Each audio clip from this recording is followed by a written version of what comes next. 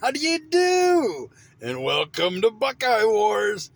This is a series that I've put together of memories of growing up in El Dorado Hills, California, back in the 70s and the 80s.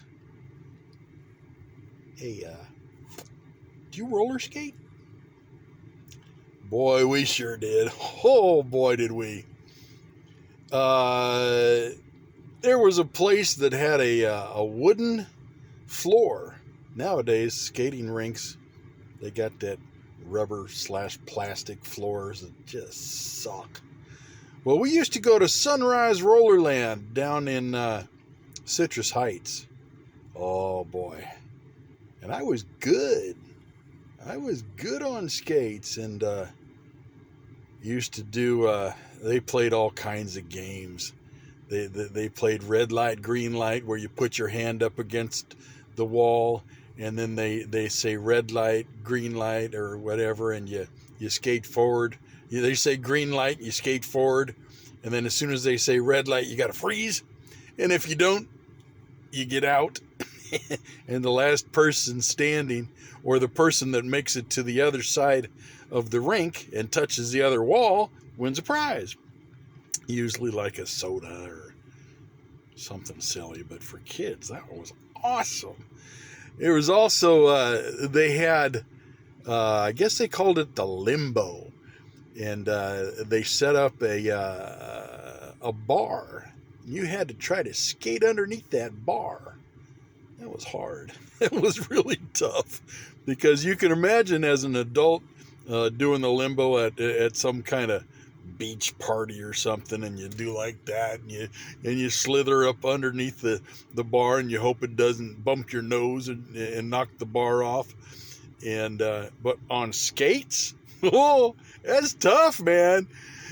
Yeah, I was fairly good at that. I would kind of curl up in a ball and skate, but there was some people that could get really, really low, and they always won. And once again, you win like a soda, and it was really not that big of a deal. But for a kid, they're a winner, and they get a soda pop.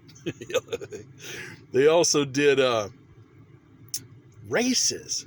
I remember racing, and they had it divided up into age groups.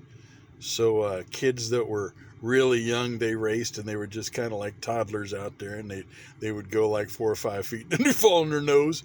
And then there was a little bit older kids that would skate, and they did pretty good. And then there was a little bit older yet, and then there was us, and we were about 11, 12, 13, and we were experienced skaters. We could go pretty damn fast, and I can remember going pretty dang fast. I can also remember, oh my God. This was back in the days where some of the clothes was made out of polyester. Do you remember Polly and Esther? Oh my God. Can't believe we wore that stuff. But I can remember falling and sliding a little bit because I had on some polyester pants, and that polyester dissolved and just kind of turned into not really dissolved, but when I hit it, how can I describe it? Kind of melted. And you could tell on the side of my pants where I had skidded on the floor, because my leg didn't have a scab, the pants did. The friction against the floor melted the damn plastic polyester. Oh, it was awful. I learned really quick that when you go to the roller rink, you don't wear polyester pants. Oh my God.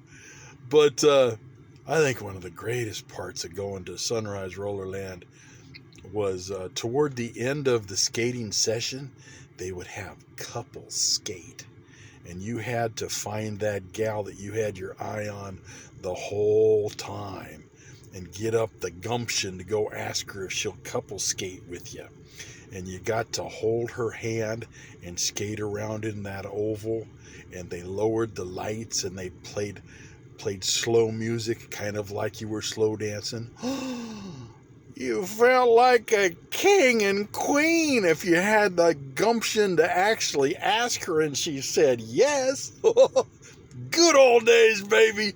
Sunrise Rollerland in the 70s and the 80s. Loved it. Hey, thank you for joining me. There's one of my memories. Put it in a pile with the rest of the Buckeye Wars.